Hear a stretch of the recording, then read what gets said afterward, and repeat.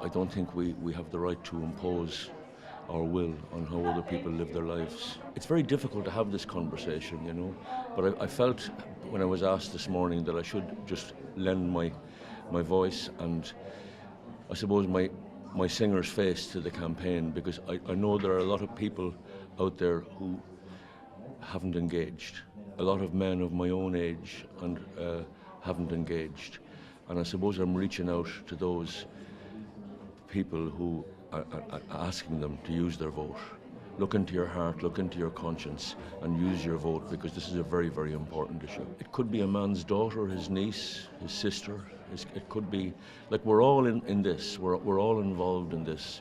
This is our people, It's the people of Ireland. It's not just the women of Ireland, I won't tell anybody how to vote. I will just urge people to use their vote, to look into their hearts. I'm happy to say that I'm voting yes. I'm not going to ask you to vote yes. I'm asking you to look into your heart and look into your conscience and think about the women who can be left in these terrible, terrible situations.